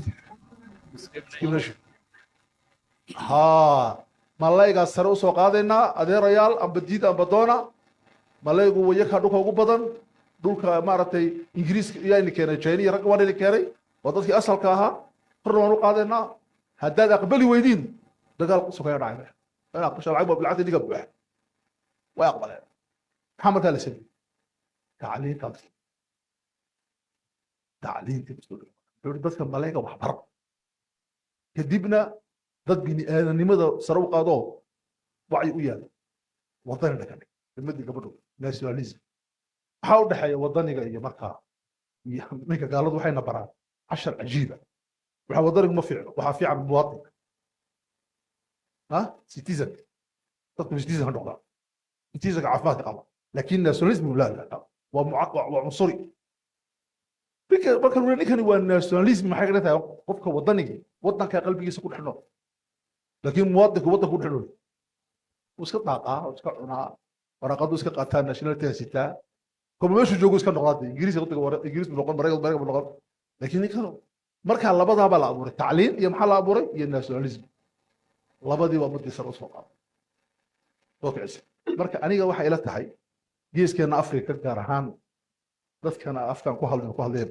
baqbaqada maanta isku badanaya waxaan u baahanahay sheekhow labada u baahan in dadka nabiga maxaa lagu bilaabay iqra wax akhri sallallahu alayhi wasallam soo ummi ah taa ka imo markii dagaalkii badar u dhacay raggii 70 qof uu qabsaday uu maartay wuxuu yiri nin walba waxaan ku sii deyn inuu 10 qof wax baro ummad jaahil waxa ku meeyay nabiga ummad umeena tacliintu iyada markaa sameeyay isbedelka dheer iyada sameeyay laakiin tacliinta waxa jirta dadka maanta ugu tacliin badan ba ugu tuugsan hore taasi kaasa ugu daran anaga waxa jiray oday mar madaxweyne noocaas gooyaa waxa xalisay wuxuu leeyahay warqaliga baasha ku xadina qaadani wala arkay taqaliga lagu qaadayo lama arkayo oo leeyahay bal qalinka naga daay qalinka ku xasiiqay tagina qalinka dhaadheer loo oran jiray Thank you. ninkan wuxuu wax ku soo bartay ba wuxuu beddelay sidan buu beddelaya aniga markaa waxa taasina laga baxaya wax la yiraahdo tacliin akhlaaq leh oo ila baro tacliintu waa in akhlaaq yeelato qiyam yeelato waa qiyamka la saxo laakiin tacliin oo tacliin loo barto macna ma leh waa sida maanta dadka fikira adduunka ugu firaday waxaan ka bixi lahaa nin baa hagan ninka waxa soo markii Naomi Tashumuski baa dhaba ninkan yahuudiga ee Mareykanka ee jaamacadaha Mareykanka dhiga cilmiga logistiga dhiga waa filosof Naomi Tashumuski waa bini aadam buu xawaya ninkaas wuxuu meel dhaweeto qoray buug u qoray waxaan ka akhriyay ma jiro mujtamac xun adduunka dad xun ma jiraan dad xun ma jiraan bulsho xun ma jirto mujtamac xun ma jiro wadan xun ma jiro wadan dib u dhacay ma jiro waa been man lagu akhriyaa laakiin wax qura taa jira nidaam siyaasi oo xun baa jira nidaamka dadka kala saaray systemka political ka caafimaad qabo madu caafimaad qabaysa hadduu jiran yahayna madu way jiran marka maxaa u dhaxeeya matal inteena haka fadhida kuwii Kenya ku dhashay Soomaalida ah iyo kuwa ku soo qaxootiyoobay Kenyaga noqday meesha maxaa ka soo doonay Soomaalida reer Soomaaliya iga jawaab taasi nidaam baa jira system yaro caafimaad qaba jira systemka caafimaad qaba soo urursateen marka waad imateen oo aqalada ka dhisateen quruxda badan leh ya waxa uu tagi wadada kale wadada jeerkiina ma tagi system baa markan ya okay halka waxa loo imanay caafimaad laga arkaya maxaa Mareykan loo tagayaa waxaa jira wadanada wax soo jiita iyo wadanada wax celiyo Soomaal wadanada wax soo jiita maxaa jira moral baa jira imika marka ay siyaasadda dibadda cadaanku waa khatar dadka way laayaan way burburiyaan xoog way isticmaalaan ninka waxa ka dhacay bariga dhexe laakiin markay gudahooga tahay wuxuu kala ilaashada ayaantii dhawada loo baqay Trump inuu iska qabsado aqalka barta aqalka dhanba inuu qabsado yaa diiday xisbigiisa diiday naga daa beesha waxayaan naga dumin annaka fiicana ilaahay nagu badbaadiyay naga dumin baa marka annaka maanta ma dhahayno qofka Soomaaliga markuu wax naga burayo qofka Eritrea ee gabadh way sheegtay asaasi abuuray oo inta sano wuxuu dul jooga meesha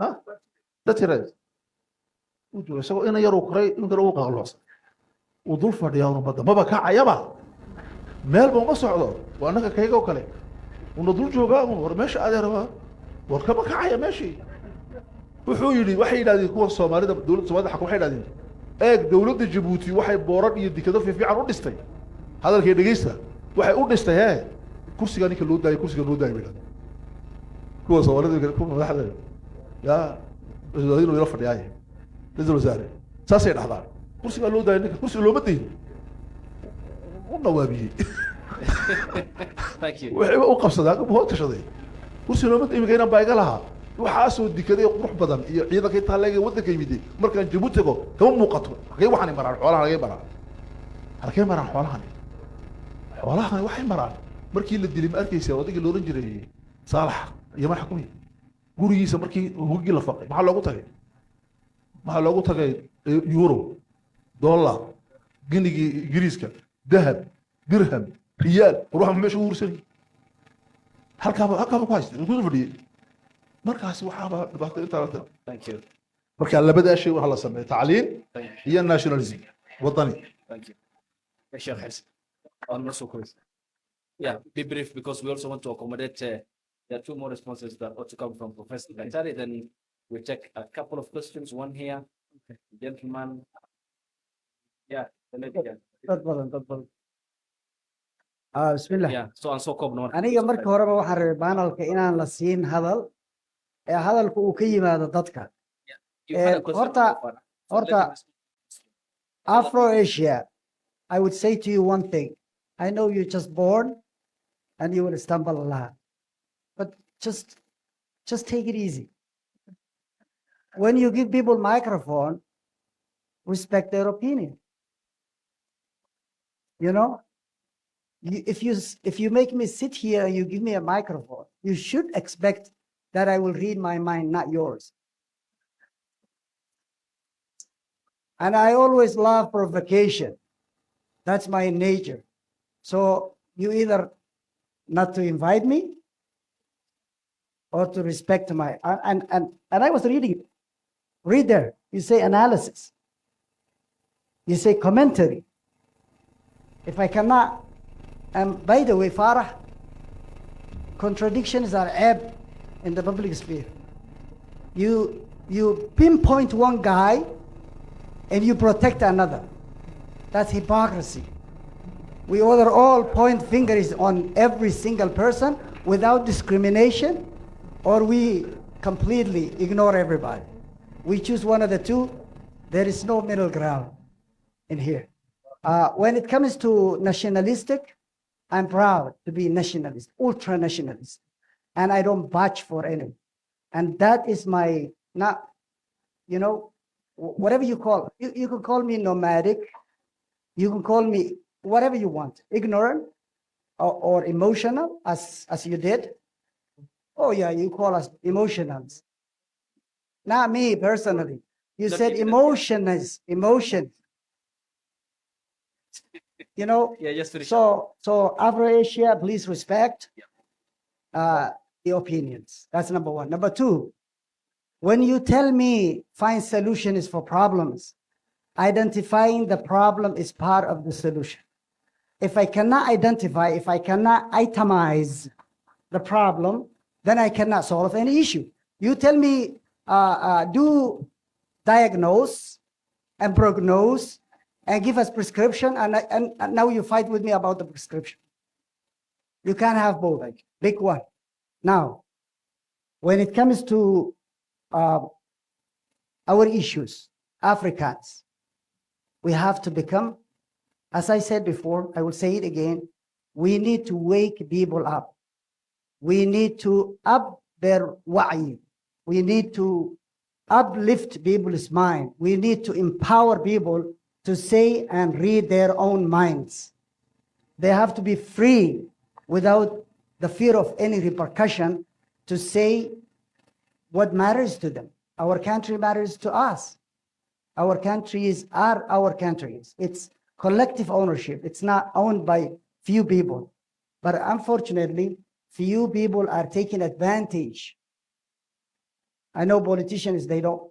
By the way, such a platform, which I really admire and respect, give people hope. When we talk about issues and we offer solutions, we're going to the right direction, even if we stumble in the way. So that is the thing. We will itemize, we will name names, we will point fingers, because as you guys said, when you are a politician, you're not you are the institution. So I am criticizing the presidency and whoever occupies that position if they do wrong. And if they do right, we will respect them, admire them. And by the way, as African, I like every African leader that says no to the West, because that is the root cause of our issue. That is the root cause of our problem. I admire Isaias, and I will admire him forever. Thank you. Thank you very much. Much appreciated. Yes, Prof. Thank you with the mic. Thank you. In some of the things I was going to suggest were already been suggested by the sheikhs and the lady. First thing is to know where you are and how you came to be there, and then figure out what to do about it. And figuring out what to do about it is also to identify, should we call the enemy, so that you can deal with that. Without identifying the other side, you're wasting time. So in this context, the African context,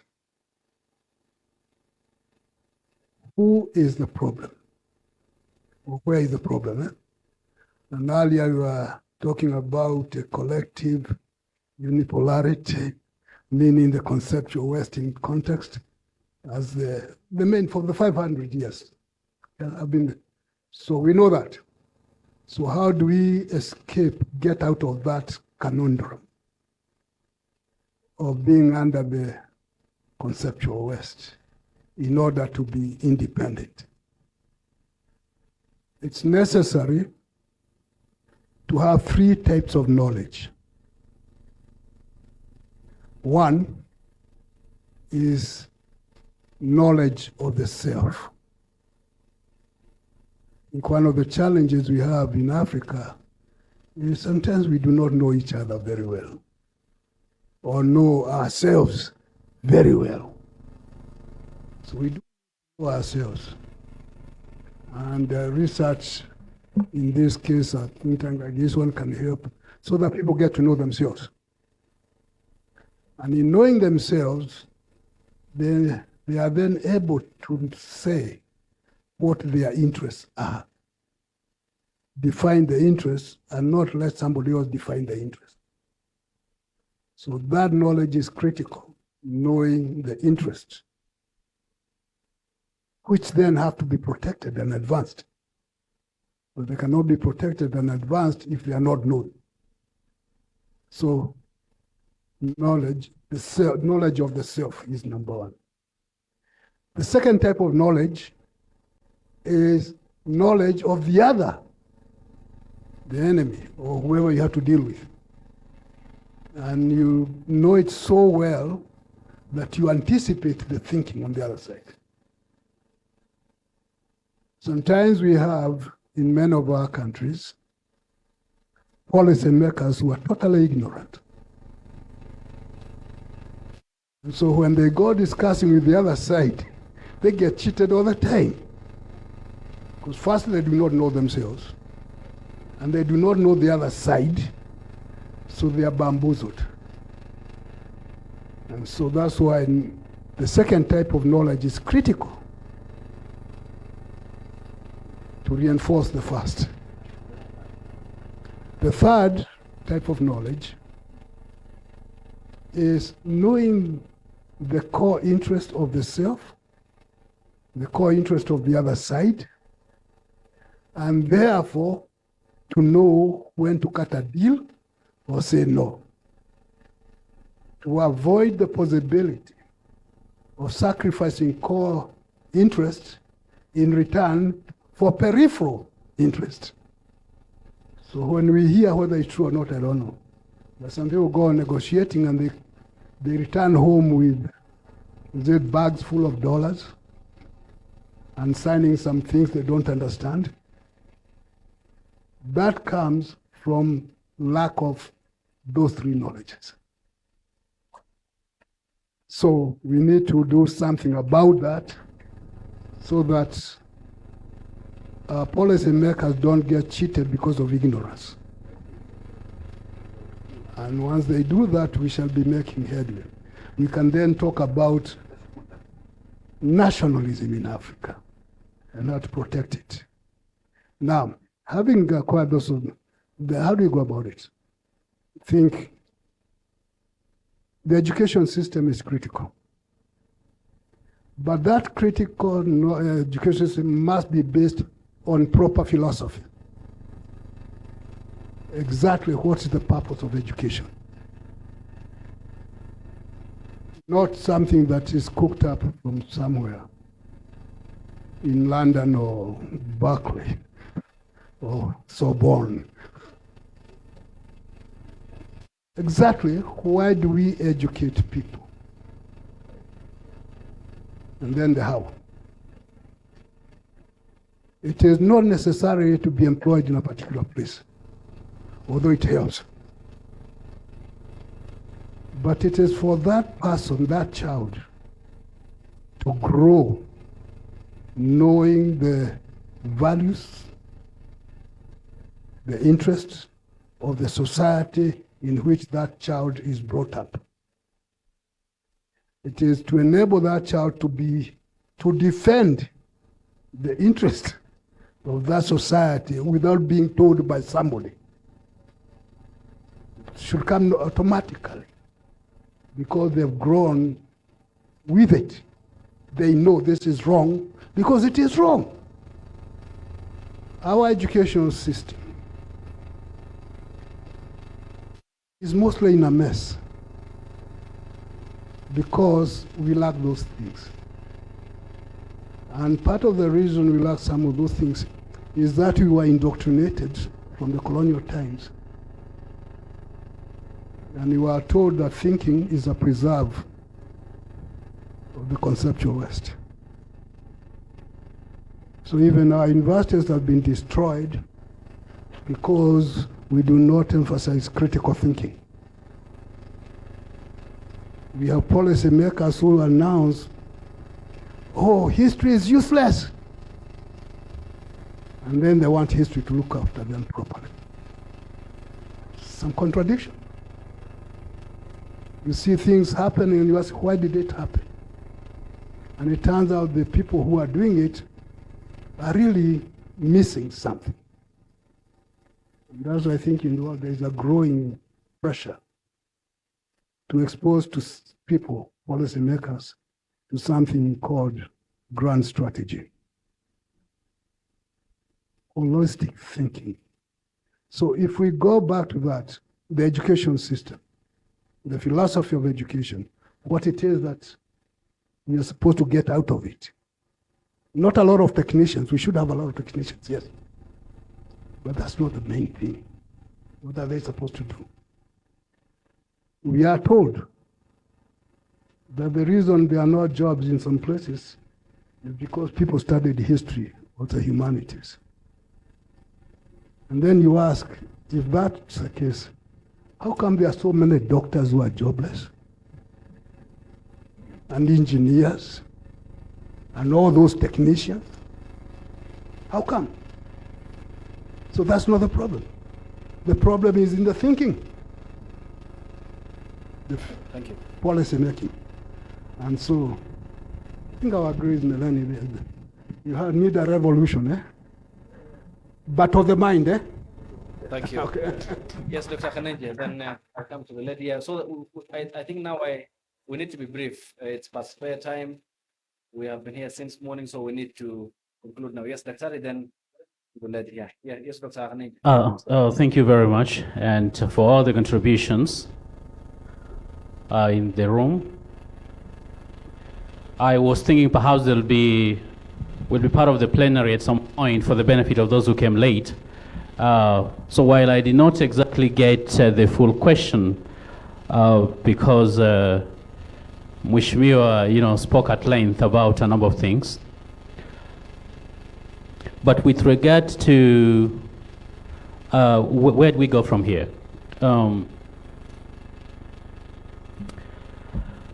I think one of the things, and Ayub, I'm going to take 3 minutes, so please just bear with me on that. I'm not going to take more than that. As I've listened to discussions in here, I've appreciated the passion, determination, the confidence that those who have shared their opinions. Such forums are always a place for an invitation of a genuine contest of ideas, sometimes no matter how jarring they may be. But I think what is important for us is to always have a big picture. A few years ago in 2019, I had a privilege of moderating a high-level global security forum in Slovakia.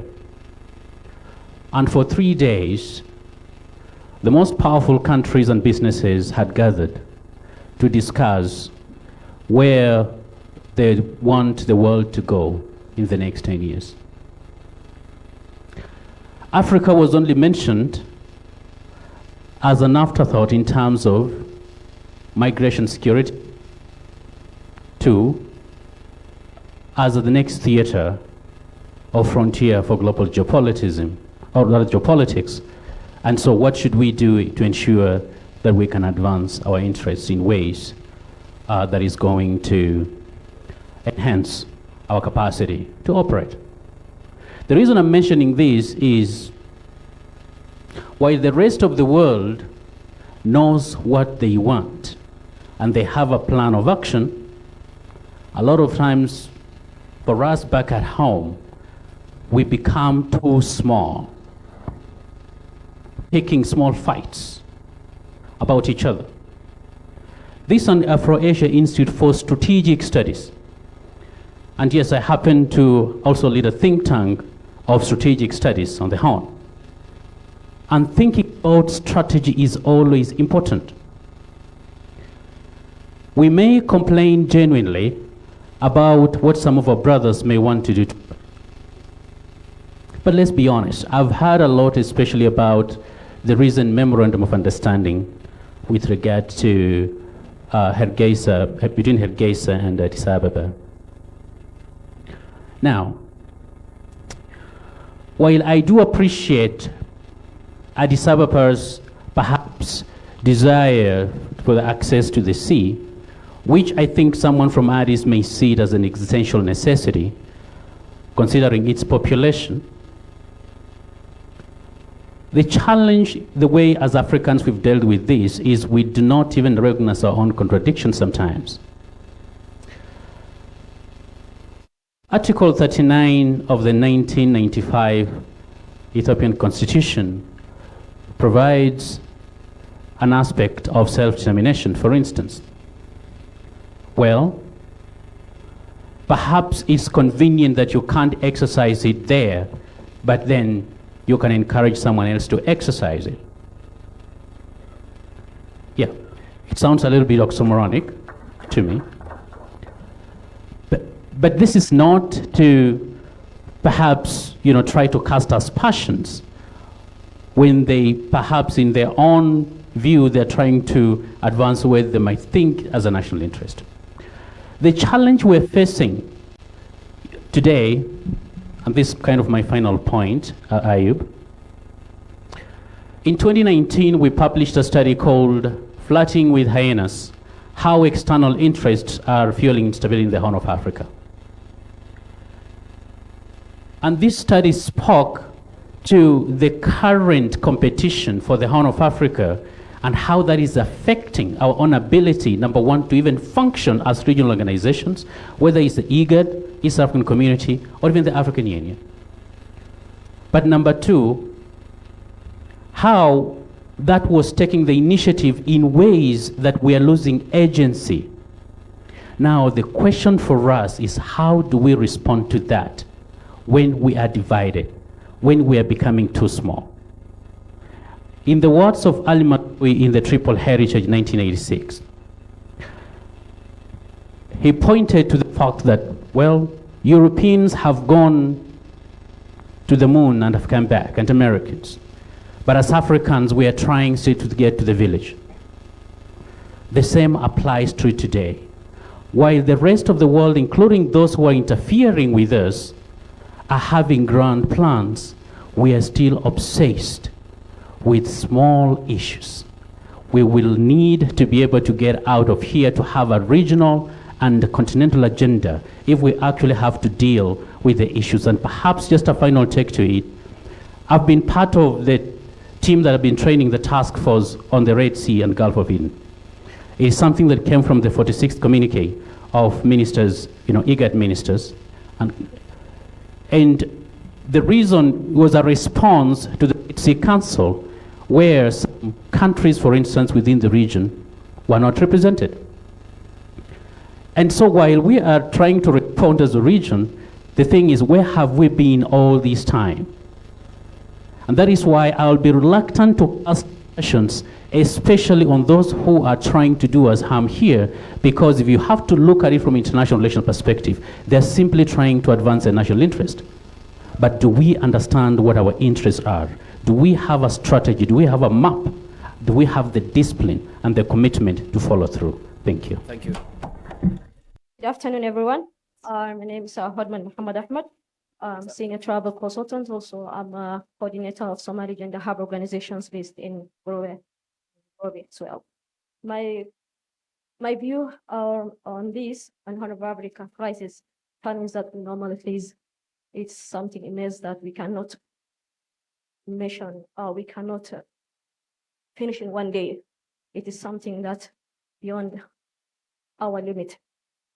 And Africa, and Horn of Africa especially faces neocolonialism, foreign intervention, and control through aid support and donors from donors.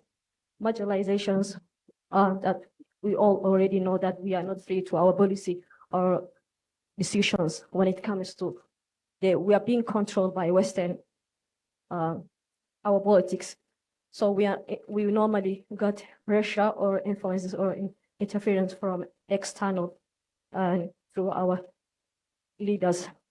So what else that I want to, we also became a nation whereby normally focus on minor issues like the way he said before earlier, nepotism and something very, very, very small and something that that's not our, we have resources that is untapped resources that we want to mine instead of talking about small issues. So my question here is, I don't know, you had me enough, Amma? It still will be responded to, so we never wanted to keep them on self, so it will be responded to. Okay, my question is, we are tired, very much tired, over 33 years, for example, for Somalia, let me take an example for Somalia. They have been in a problem for over 33 years, and currently even they face territorial integrity violation from her neighbors. Somali government, I'm also talking about that. So this is, we have learned leaders in Horn of Africa as well, across. We have academics, we have youth, we have already people who already have a vision, but we lacked what's called, we are all incompetent.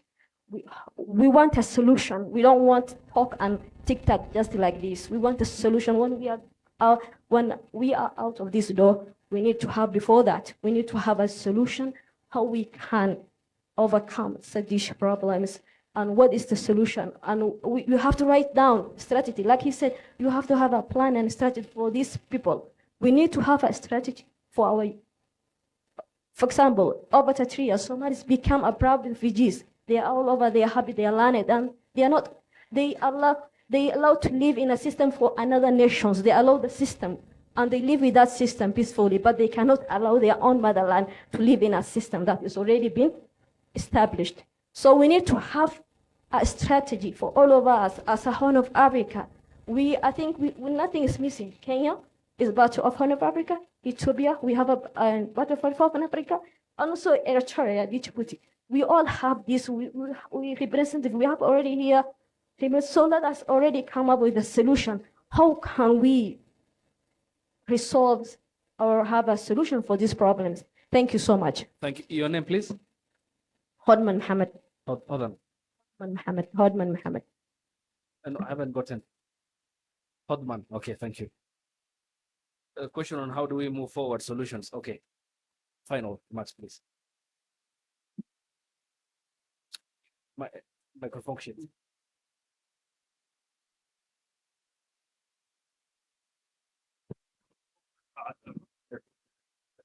waad mahadsantihiin gebigiinba aad iyo aad baan ugu mahadnaqayaa intii soo qaban qaabisay ee fikirkani ka dambaysay inta joogtay intii hadashay runaantii waa dood wax ku oola weeyaan mowqifyo kala duwan fikra ninba dhan buu ka joogsanayaa mala rag waa mudacyo afkood bay Soomaalidu tiraahdaa nimankan in Faranji oo gumaysan jirana wuxuu yiraahdaa de la discussion jaillit la lumière marka la dooday iyo soo baxda iftiinku ayuu soo baxaa kolkaa way fiican tahay aad baan ugu faraxsanahay waxaa soo noqonaya kelmad odhanaysa in haddeerna professorku uu yiri know yourself genesis mushkiladda haysa genesiskeyga hala doodoona buu faaraclaa statehood baa laga hadlay kelmadaha oo dhan ayaa waxaan isleeyahay waa kelmado muhiima anu ma aaminsani dad bayda xoolo raacatada iyo afrikada sideeda statehood ma ay lahayn bay yiraahdeen waxa waan ka horjeedaa wuxuu gaalku naga dhaadhiciye guumiisigu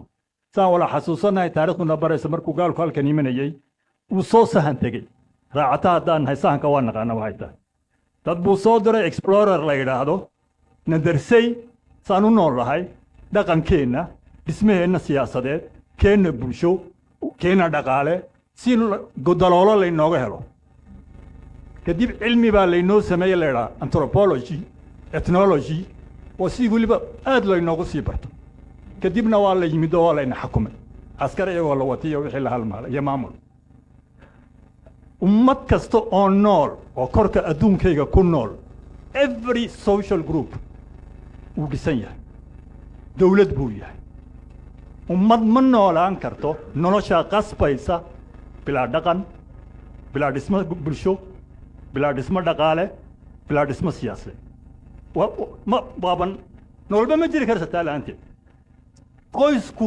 maamul buu leeyahay ilmaha waxaa dhala hooyiya aabbo maamul buu ku yimaadaa haddayna heshiinin ay qoys baan dhisaynaa odhan ilma ma dhasheen bulshaduna waa saa oo kale gaalka hortii baan noolayn dowladaan ahayn taariikhdana baraysa sheekh antaad yoor nin odhan jiro senegaal oo cilmiyahana egypt inay tahay inay madoobayd buu iyu qiray si cilmiyana u qiray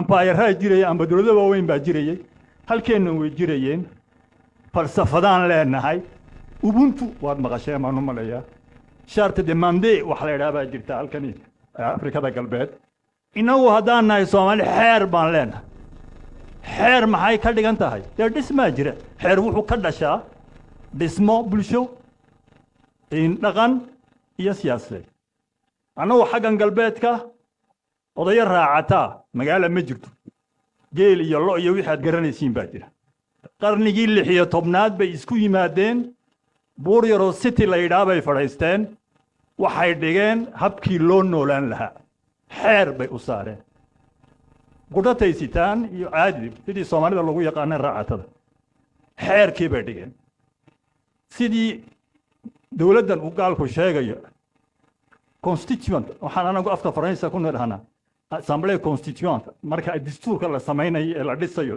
dowladda tii oo kale ay dhiseen xeerkii loo kala soconayay kale haddii dhibaata dhacdaanba dhiig dhaco wixii oo dhan adu nidaamkii dhannaa ee bulsho social pactigii dhannaa ayay dhigeen meelo kale iyadoon laga doodoonin dadkaasi waa soomaali waa innaga kolka state dowladdii bay dhiseen aanan u baahnayn caskari aanan u baahnayn xabsi aanan u baahnayn maxay ahaydaan aqallo waaweyn oo la dhiso haddana shaqaynaysa qofku markuu dembi galo xeerkaa laga marayaa aabbihii buu u yeedhayaa isagaa kol uu maxay ahaydaan qareena oo daafacaya hadduu ku go-aanoo fulinaya dowladdiina way socotaa kuwa daacadda ahee cilmi political science-ka baadhi markay eegeen waxay yidhaaheen dowladdan aan ku noolahay tii ka dambaysaad anigu dhisteen bay yidhaaheen dowladaan caskar u baahnayn maamul dhexe u baahnayn maamul mishaaro la siiyaan u baahnayn aan xafiis dad la xidhaan u baahnayn haddana shaqaynaysa duruuftaana qasbaysa inay saa u fikiraan li'anno raacatay ahaayeen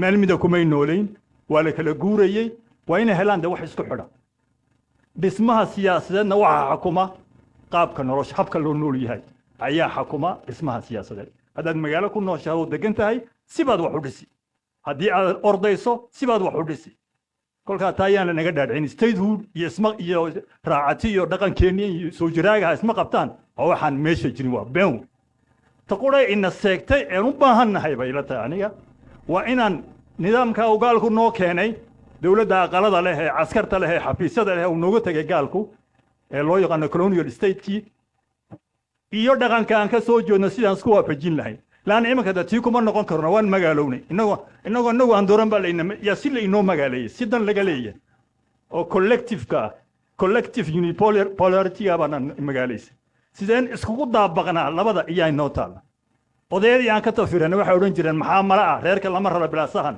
bilaa mala lama raro maxaa mala adii baa inoo taalla dawaduna halkaa bay ku jirtaa in la isweydo maxaa nahay dhaqankeen ka soo jeednaa taariikhdeen ka soo jeednaa waxaa la inaga muxuu ahaa sideen imankana u noolaan karnaa su-aashaa waa su-aasha waa asaasi baan u arkaa anu halkaa bay ka imanaysaa in educational systemka aan doonayno istaraatiijiga aan doonayno halka aan ku soconno kolka aan fadhaysaneen waxa aan isweydiino waxaan nahay inagoo ka dhaqaaqayna waxaa runtiina ee naga dhex buuxay qabiilkan iyo eexashadan iyo sidii geeloogibii moodaydan iyo waxaa o dhan macnay samaynayaan muxuu markuu meesha u tago waxbaa jira kolkaa bal xaggaana ha laga eegaan leenahay dad ma nihin dad qaawan ma nihin dhar badan ma gashan jirin markaan geelana jirano waan fududnahay laana cadceeddaa kulul laakiin maskixiyan ma qaawinin wax badan baa inagu jira ee aan qiimayna waxa inagu jiro waad mahadsantihiin. Thank you. Much appreciated. There was a question from, now that we have come to the end of the program, from Hotmo. Yeah, the lady there, she had, she did ask about the solutions going forward when we get out of here more than 30 years. And I think that is what Sheikh Abdirahman had responded to your earlier question, yes. Not a problem, but it's still substantially addressed by Sheikh. Education, yeah. For those who have the remaining questions, comments or queries, then we proceed tomorrow because of the best interest of time. Yes. Inshallah, God willing, by the grace of God. So we again meet, inshallah, tomorrow morning. We'll have another session with different array of presenters. Thank you so much. Asanteni.